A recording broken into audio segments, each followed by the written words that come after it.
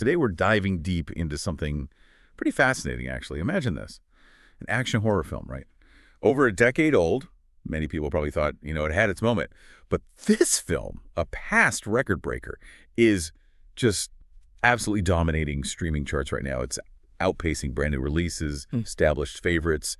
It's not just like a small comeback. It's huge. Yeah. It really is. And the film we're talking about is World War Z, the Brad Pitt one from 2013. And it still holds that title, doesn't it? Highest grossing zombie movie ever, pulled in something like $540 million worldwide. Incredible numbers. So, yeah, our mission in this deep dive is really to figure out why. Why this film? Despite being, over 10 years old, despite that whole saga with the sequel, why is it suddenly thriving, not just surviving on streaming? What's it tell us about maybe its own appeal, but also just how entertainment works now? Yeah. Okay, let's get into those numbers because they really are pretty eye-opening. This isn't some quiet thing. Our sources are showing World War Z is making some serious noise, like right now. As of this month, it's sitting right at the top. Hulu's U.S. movie chart just debuted there. And get this, it's actually climbing ahead of big recent hits. Those comfort watch comedies like The 40-Year-Old Virgin or Bedazzled, it's beating them out. Yeah. And it's not just Hulu, right? That's the other thing. It's been doing really well on Paramount Plus all summer, a solid hit there, and globally, consistently top 10 on Netflix. Plus, you can even stream it free on Tubi.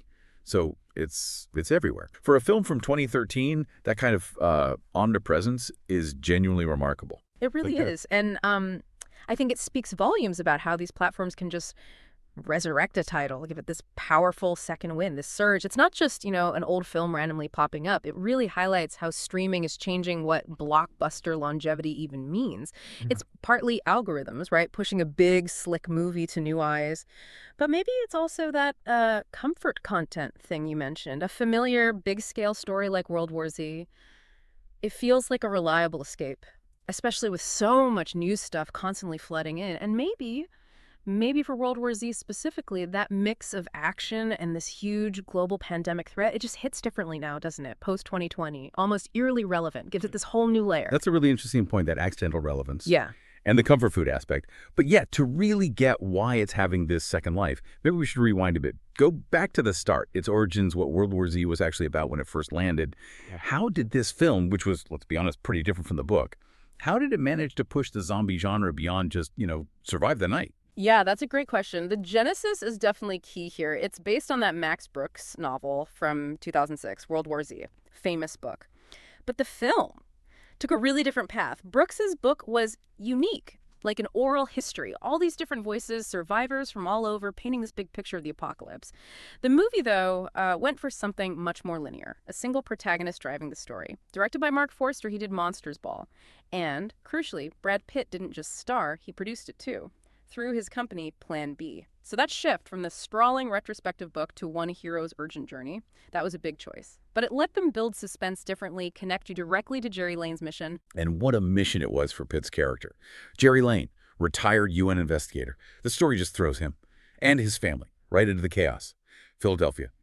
Initial outbreak. See how fast it spreads? One bite, people turn into these incredibly fast, rabid zombies. It's brutal. But what makes it different is he gets pulled back in. Recruited by the UN, his job, lead a worldwide search, find the source of the outbreak, and, the big one, find a cure. So it's not just about running away, it's about solving this global catastrophe. His mission literally takes him all over the planet. Yeah, the scale is huge. And besides Pitt, you had Mary Enos as his wife, Corinne. Yeah. Daniela Cortez, she played that Israeli soldier Jerry meets.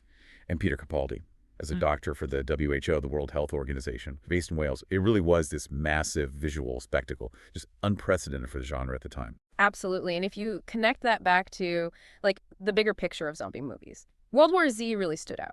Because of that scale, yes, but also the focus and investigation, not just localized survival. Before World War Z, a lot of zombie stories were, more contained.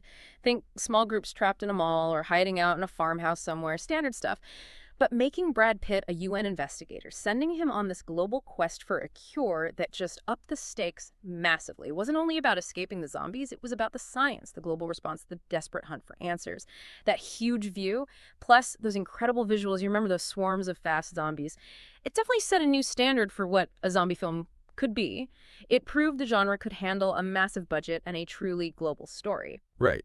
And here's where it gets really interesting, because it wasn't just like a moderate success. It was huge. Our sources confirm it wasn't just another zombie flick. It was a genuine box office juggernaut. It is still the most commercially successful zombie movie ever made. Pulled in that $540 million worldwide. And that was against a pretty hefty budget, too. Sources say somewhere between $190 million and maybe even up to $269 million. But it wasn't just about the money, right? It also got pretty strong critical acclaim. Reviewers liked the story, the acting, obviously the spectacle, and just that it was good entertainment. It even snagged a Saturn Award. That's a big deal in sci-fi and horror circles. Over on Rotten Tomatoes, it's sitting at, what, 67% from critics? And 72% from audiences on the popcorn meter. So it clearly clicked with both camps, critics and regular moviegoers. Mm-hmm. And that combination, high budget, massive commercial success, and solid critical reception that's so important for understanding why it's lasted. This wasn't some flash in the pan. It really cemented World War Z's place in pop culture. It basically proved that the zombie genre could not only handle but actually thrive at that blockbuster level. It pushed boundaries, changed expectations, moved zombie films into that major tentpole category. Yeah. And that strong start, that solid reputation, that laid the groundwork for what we're seeing now in streaming. People remember it. They remember it being big, well-made, exciting. So when it pops up on Hulu or Netflix, they're much more likely to click play. It's proof that, good filmmaking endures. Absolutely. Which brings us inevitably to the almost legendary story of its sequel, or maybe the zombie sequel that just wouldn't die until, well, it seemed like it did. The whole saga of World War Z 2 is nearly as dramatic as the movie itself. After all that success, why did a sequel become such a famous case of development hell? Oh, it's a fascinating story. And it really tells you a lot about the hard realities of making movies at that scale. Because, you see, a sequel went into development really fast after the first one hit. Early plans had Jay Bayona directing. He did The Impossible, great director. Pitt was set to come back, of course. They even had a release date planned, 2017. So Paramount was clearly keen to keep the ball rolling. But 2017 came and went. No movie. The project just famously hit snag after snag. Bayona left. And even though they brought in someone of David Fincher's stature to potentially direct, which, wow, says a lot about the ambition. Right. Fincher doing a zombie blockbuster. But even with him, it just didn't move forward. And then ultimately canceled in 2019. And our sources point to two really big reasons why. Reasons that kind of pull back the curtain on the Hollywood machine.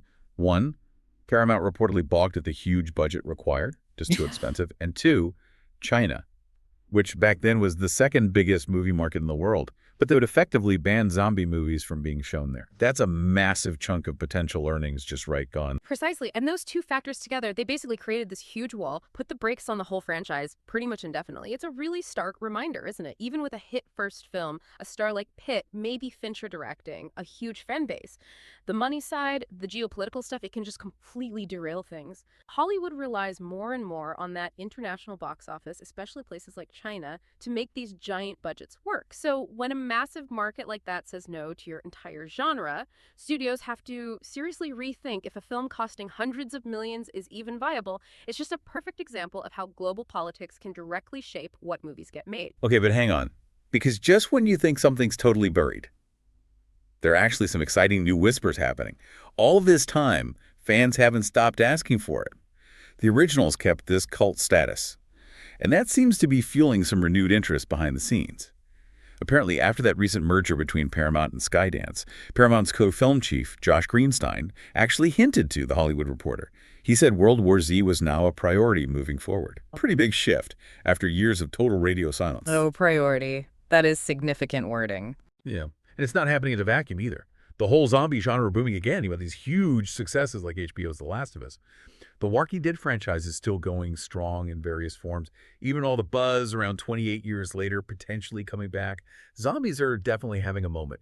And wasn't there something about David Fincher back when he was involved? Didn't he hint the sequel might be a bit like The Last of Us? Something about further exploring the heart of the zombie apocalypse. So what does all this mean now? It genuinely feels like the stars might finally be aligning for World War Z 2.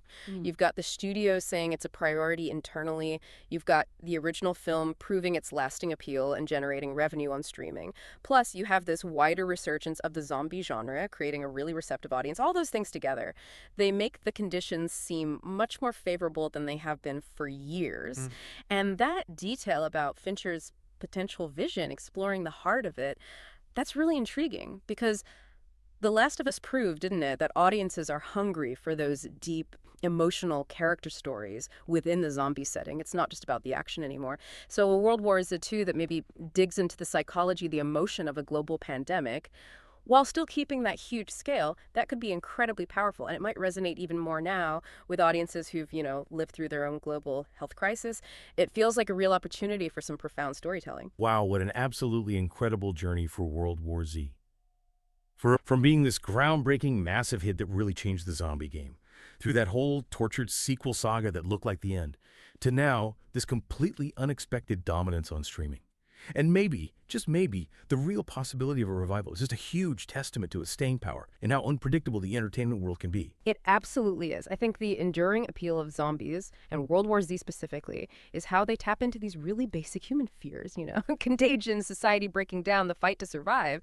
But World War Z did something more with its global view, its investigative angle. It pushed beyond just horror. It started asking these bigger questions about how we collectively respond to a crisis on that scale. The search for knowledge, the difficulties of getting nations to work together, the sheer resilience people can find, that desperate hunt for a cure in a world drowning in this virus, it hits close to home, doesn't it? It echoes our own anxieties about real pandemics and the hope we put in science. In leadership, it's just a really compelling story that keeps hitting a nerve because it reflects these universal fears and maybe hopes too. And that really leads us perfectly to a final thought for you, our listener, to chew on after this deep dive wraps up. Think about World War Z. What specific things about it? Maybe its enormous scale, maybe Brad Pitt's role, maybe even its weird journey through the industry. What do you think makes it stick around so powerfully? And if we do get a World War Z 2, especially one that tries to find the heart of the apocalypse, what other deep dives into the human condition when faced with global crisis could it possibly offer? Something to ponder. We'll leave you with that thought.